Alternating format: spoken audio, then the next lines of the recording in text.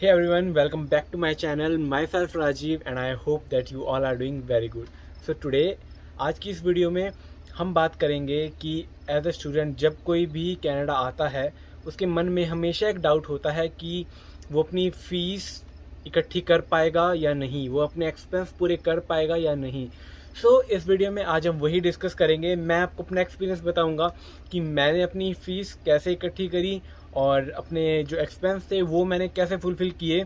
Step by step हम हर एक चीज़ कवर करेंगे। Not wasting much more time, let get start with this video.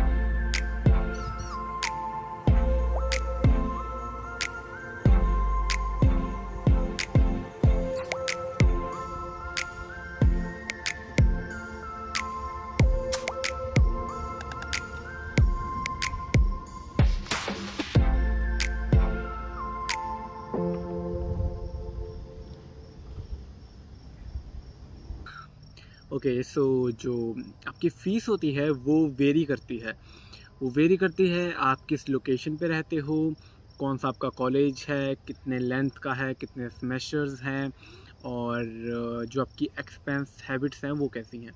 तो ये सारी चीज़ें वेरी करती हैं, डिपेंड करती हैं कि आप कितने पैसे सेव कर सको, कितने पैसे अर्न कर सको और जो इन टोटल होगा, जो आपकी फ़ीस जो आपको पे करनी होगी वो कितनी हो। अगर बात करें ओंटारियो की और यहाँ के जो जितने भी मेनली कॉलेज हैं, फॉर एग्ज़ाम्पल मेरा कॉलेज धर्म कॉलेज है ओशवा में। मैंने अभी अपनी थर्ड सेमेस्टर की फ़ीस दी थी। जो मेरी थर्ड सेमेस्टर की फ़ीस थी वो 8500 थी एंड जो मेरी फोर्थ सेमेस्टर की फ़ीस होगी वो भी सेम होगी। अगर देखा जाए तो इन टोटल आई थिंक 17,000 हुआ। जो मेरी फ़ीस है 2 सेमेस्टर की वो 17,000 है एंड मैंने 2 ही सेमेस्टर की फ़ीस मैं ऑलरेडी पे करके आया हूँ इंडिया से। जो पहले क्या होता है कि पहले बच्चे अपनी 1 सेमेस्टर की फ़ीस इंडिया से पे करके आते थे और 3 सेमेस्टर की फ़ीस यहाँ पे करते थे। अब ये ठीक ही हुआ है कि हमें 2 ही सेमेस्टर की फ़ीस पे करनी पड़ती है। आपको अगर मैं इन शॉर्ट बताऊँ, अगर आप अपनी जीआईसी भी सेव करते हो जो कि $10,000 होती है, अगर आप वो देखें तो इन शॉर्ट वो आपकी 1 सेमेस्टर से ज़्यादा की फ़ीस तो आपकी जीआईसी ही बन जाती है। ऐसा क्यों पॉसिबल नहीं है कि हम अपनी पूरी फ़ीस इकट्ठी नहीं कर सकते हैं।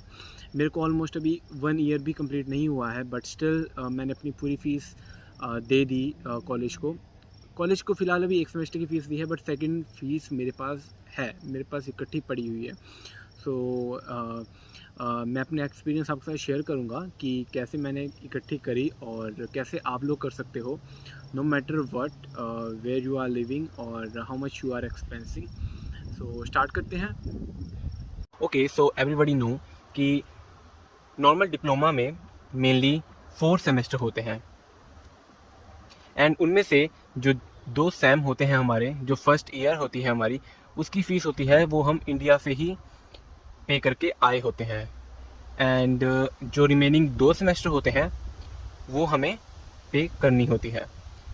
सो मेनली क्या होता है, मोस्ट ऑफ द कॉलेजेस में जो फीस ब्रैकेट होता है वो 7,000 से लेकर 8,500 तक वेरी कर सकता है। बट हम एक नॉर्मल केस सिनेरियो लेंगे जिसमें जो मोस्टली कॉलेजेस में या जो यूजुअली जो फीस होती है वो नियर अबाउट 7,500 होती है।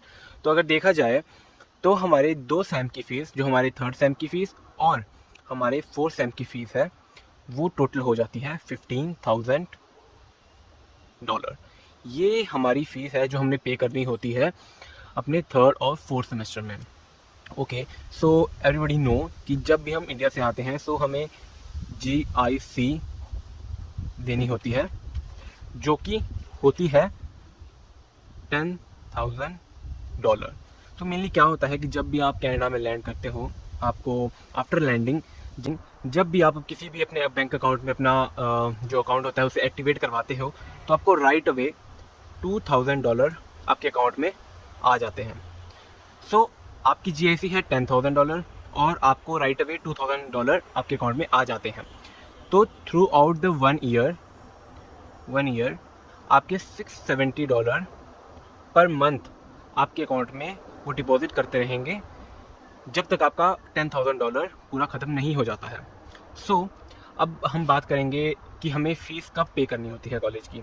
तो मेनली क्या होता है कि नॉर्मल कॉलेजेस में, जिसमें आप अगर सितंबर इनटेक में आओगे या आप जैन इनटेक में आओगे, तो आपको आफ्टर 2 सेमेस्टर आपको 4 मंथ्स का ड्रॉप मिलता है। ड्रॉप मीन्स इस टाइम पे आप फुल टाइम वर्क कर सकते हो, आप एलिजिबल होते हो as a student full time work करने के। Okay, so keep in mind this thing. Okay, उसकी है वो हमने 11th मंथ्स बाद पे करनी होती है including the drop. Okay, so अगर हम बात करें GIC की, आपके पास $2,000 है। ओके, और आप इसके अंदर अगर आप 11 मंथ और ऐड कर लेते हो, सो आपको 670 एक मंथ के आ रहे हैं इंटू 11, तो 670 जो का टोटल हो जाएगा वो होगा 6370। ये आपके GIC की अमाउंट है जो आपको 11 मंथ में रिसीव होगी, प्लस दिस $2,000। सो जो टोटल हो जाएगा वो $9,370। ये अमाउंट होगा जो आपके पास होगा 11 मंथ्स के बाद एज अ GIC। ओके, तो बात करते हैं स्टार्टिंग की, कि जैसे ही आप कनाडा में लैंड होते हो, फॉर एग्जांपल आपको 1 मंथ वर्क नहीं मिलता, ठीक है, अगर आप ढूंढोगे तो फॉर श्योर आपको मिल जाएगा, बट इन केस अगर आपको नहीं मिलता, सो आपका 1 मंथ का एक्सपेंस, आप स्टार्टिंग में आओगे तो आप कहीं पे घर लोगे, रूम लोगे, आपको वहाँ पे फर्स्ट लास्ट भी देना पड़ेगा। तो अगर हम देखें तो आपका $1,000 आपके फर्स्ट मंथ के एक्सपेंस में चला गया। ओके, सो ये आपका फर्स्ट मंथ का एक्सपेंस हो गया। इसके बाद आप, ऐसा तो होगा नहीं आप काम नहीं करोगे, राइट? सो अगर आप जॉब करते हो, so as a student we can work 20 hour a week legally. Okay, so जो अगर हम एग्जांपल ले रहे हैं ओंटारियो का, सो ओंटारियो में जो मिनिमम पे रेट है वो है 15.25, और अगर आप 20 आवर काम करते हो, आप 20 से ज़्यादा भी कर सकते हो। यूजुअली जो लीगली काम करते हैं वो मेनली 22 आवर करते हैं। So we are taking example of 22 hour. So अगर ये देखा जाए तो ये 15, सो आप एक आवर में अर्न करते हो $335.5, और अगर इसको मल्टीप्लाई किया जाए 4 से, मल्टीप्लाई बाय 4, सो ये बन जाता है $13,042। ये वो अमाउंट है जो आप अर्न करोगे through out a month. Okay, अब इसमें से टैक्स वगैरह डिडक्ट करके 13% डिडक्ट करके ये जो टोटल रह जाता है ये $1,200 होता है। ओके, सो आप एवरी मंथ अर्न करोगे $1,200, एंड जो आपकी 11 मंथ्स बाद सेविंग होगी एज ए GIC वो होगी $9,370। ओके, सो अब जो आपके $1,200 जो आप हर मंथ सेव करोगे, जो अर्न करोगे, उसमें से आपके एक्सपेंस भी होंगे। सो उसमें से अगर एक्सपेंस डिडक्ट कर दिए जाएँ, सो 400 आपके रूम के, 150 grocery, 50 phone bill, 150 your Presto card, okay, and 50 other expensive. So अगर इनको टोटल करा जाए, so this would be $800। So $800 आपका मंथली एक्सपेंस है, जो कि अगर हम 1200 में से माइनस कर दें, सो हमारे पास सिर्फ रहते हैं $400। सो $400 आपके हर मंथ की सेविंग है। ओके, सो आपकी $400 हर मंथ की सेविंग है। ओके, सो जो आपके फर्स्ट और सेकेंड सैम होगा वो होगा टोटल 8 मंथ्स का। ओके, और एक मंथ हमने डिडक्ट कर दिया है क्योंकि फर्स्ट मंथ लेट अज्यूम आपको काम नहीं मिलता है। ओके, सो अगर हम इसको मल्टीप्लाई करें इनटू 7 मंथ से, ओके, सो ये बन जाता है $2,800। ओके, अब मैं यहाँ पे 7 मंथ क्यों ऐड कर रहा हूँ, क्योंकि इसके बाद आपके 4 मंथ का ड्रॉप भी आपको मिलेगा, जिसके अंदर आप अनलिमिटेड वर्क कर सकते हो। और मेनली यूजुअली मैं अपना केस सिनेरियो बता रहा हूँ, मैं यूजुअली सेव करता था 2500 पर मंथ का after deducting my all expense. Okay, so अगर हम इसको देखा जाए, सो अब इसमें एक और बात है कि आपके पास 4 मंथ तो होंगे जो आपके ड्रॉप के होंगे, बट इसमें से आप एक मंथ आपको डिडक्ट करना पड़ेगा, क्योंकि आपको जो फीस है वो 11 मंथ्स में भरनी पड़ेगी, ना कि 12 मंथ बाद। तो अगर हम इसको 3 से डिवाइड मल्टीप्लाई कर दें, सो ये हो जाता है 7500। ओके, सो ये आपकी 7 मंथ की सेविंग, ओके, और ये आपकी 3 मंथ की सेविंग। सो ये इन शॉर्ट हो जाते हैं 10,300। ये आपकी सारी सेविंग है जो आपने सेव करी है, और ये हमारी GIC है जो हमने through out the year 11 months जो हमने सेव करी है। ओके, सो ये हमारी है GIC, और अगर इन सभी का टोटल करा जाए तो 19,617 ये हमारी टोटल अमाउंट है जो हमारे पास लास्ट में रह जाती है जब आपको फीस पे आउट करनी होती है। इसके अंदर से आप 7,500 आप एक सैम की फ़ीस डिडक्ट कर लो, या तो आप 7,500 दो से सैम की डिडक्ट भी कर लो फीस, तब भी आपके पास 15,000 अमाउंट बनता है, और इसके अंदर से 4,670 रिमेनिंग रह जाता है, जो कि आप फर्दर यूज़ कर सकते हो। ओके, सो ये जो था ये तो नॉर्मल पॉसिबिलिटीज़ थी जो हो सकती हैं, बट इसके अलावा भी बहुत ज़्यादा पॉसिबिलिटीज़ हैं जो कि मैंने आपको नहीं बताई हैं। और अगर आपको मैं इंक्लूड करूँ तो जैसे जो हमारा फर्स्ट सैम होता है, after in the end of the sem we got 15 days free, और तो और उसमें हम फुल टाइम वर्क कर सकते हैं। We are eligible to work on those days as a full time. So 15 + 15 days, first sem के 15 डेज़ एंड जो सेकंड सैम होगा उसके 15 days, those become 30 days in total. वो 30 डेज़ बन जाते हैं इन टोटल। साथ ही साथ मैंने आपको बता दिया, अगर तो आपके पास ड्रॉप है, सो ड्रॉप मीन्स 4 मंथ्स आपको एक्स्ट्रा वर्क करने के लिए अलाउ करते हैं। आप जितना मर्जी इसमें काम कर सकते हो, ये आपका पोटेंशियल है, आप कितना करना चाहोगे। बट अगर आप नॉर्मल 40 आवर पर वीक काम करते हो तब भी यू आर गुड टू पे your fees easily. Other than that, इसके अलावा आप इन कैंपस जॉब भी ले सकते हो। अब जो इन कैंपस जॉब होती हैं इसका बेनिफिट क्या होता है, इन कैंपस जॉब के अंदर क्या होता है कि आप इसके अंदर अनलिमिटेड आवर्स काम कर सकते हो।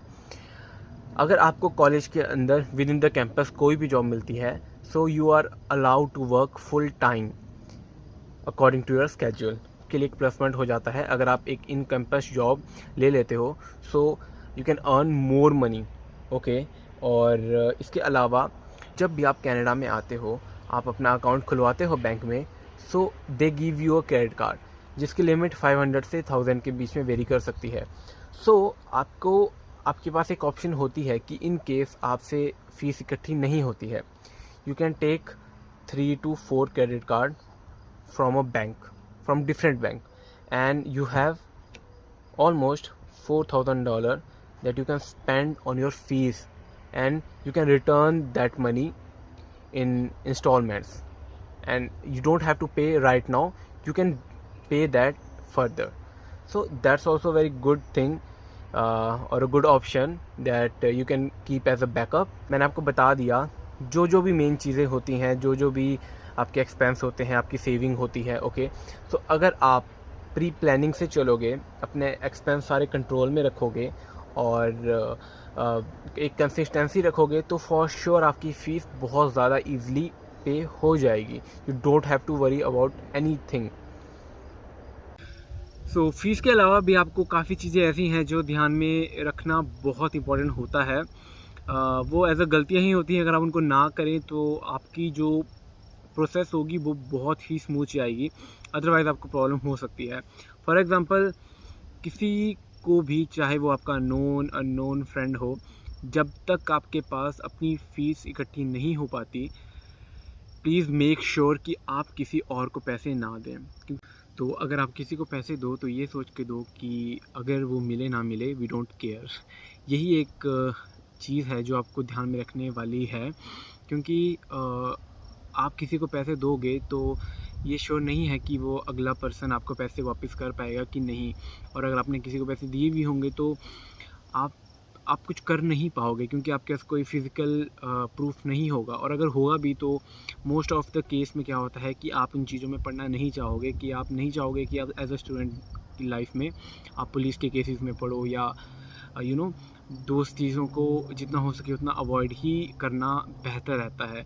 सो ये चीज़ ख़ास कर ध्यान रखना कि अपने पैसे प्लीज़ वेस्ट ना करें, क्योंकि आपको पता है कि कितनी मुश्किल से पैसे कमाए जाते हैं। सो इन चीज़ों का मेनली ध्यान रखें। एंड सेकंड, कि जो अपने एक्सपेंस हैं, फर्स्ट ईयर में ऑब्वियसली आप नए आए हो किसी भी कंट्री में, तो आपको बहुत सारी प्रॉब्लम हो सकती है। सो जितने हो सके उतने अपने एक्सपेंस पे कंट्रोल करो। पूरी लाइफ पड़ी है आपके पास, आपको पता है कि यहाँ पे हर एक चीज़ें ईज़िली ले हो जाती हैं। मैक्सिमम गाड़ियाँ जो आपके मन में आया वो आप यहाँ पे ले सकते हो, अफोर्ड कर सकते हो। But everything has his own time. हर चीज़ का एक टाइम होता है। सो आप अगर चाहोगे कि आपको वो चीज़ टाइम से पहले मिल जाए, सो वो गलत है। सो बी पेशेंस, क्योंकि आपको, आपका जितना आप वेट करोगे उतना ही आपके लिए अच्छा होगा। तो बेटर ये रहेगा कि अगर आप अपनी स्टडी ईज़िली निकाल लेते हो बगैर किसी एक्सपेंस के, तो एज अ स्मूथ अगर वो चीज़ जाए वो आपके लिए उतना ही अच्छा है। हाँ, इन फ्यूचर आप जो मर्ज़ी लो, जो मर्ज़ी करो, no one is going to stop you. So that's also thing you have to keep in your mind. So I think जो आपका डाउट है वो क्लियर हो गए होंगे। और अगर आपके मन में कोई डाउट अभी भी रहता है, so you are good to DM me और comment in this video, and I will attach my Instagram over here, so you can DM me personally कि आपको कोई भी डाउट हो, आप इजीली बेफिक्र होकर मेरे से पूछ सकते हो। जहाँ तक मेरे को पता होगा, जितना मैं आपकी हेल्प कर पाऊँगा, I will do that. And so thank you for watching this video. I hope you liked this video. If you really did, then please make a thumbs up and subscribe to my channel. आपका एक subscribe मेरे लिए एक motivation होता है, ताकि मैं in future आपके लिए और वीडियोस बना सकूं। और आपको किसी और टॉपिक पे भी वीडियो चाहिए होंगी तो please comment down below, so that मैं वहाँ पे देख के आपके लिए वो वीडियोस बना सकूं। Thank you and love you all.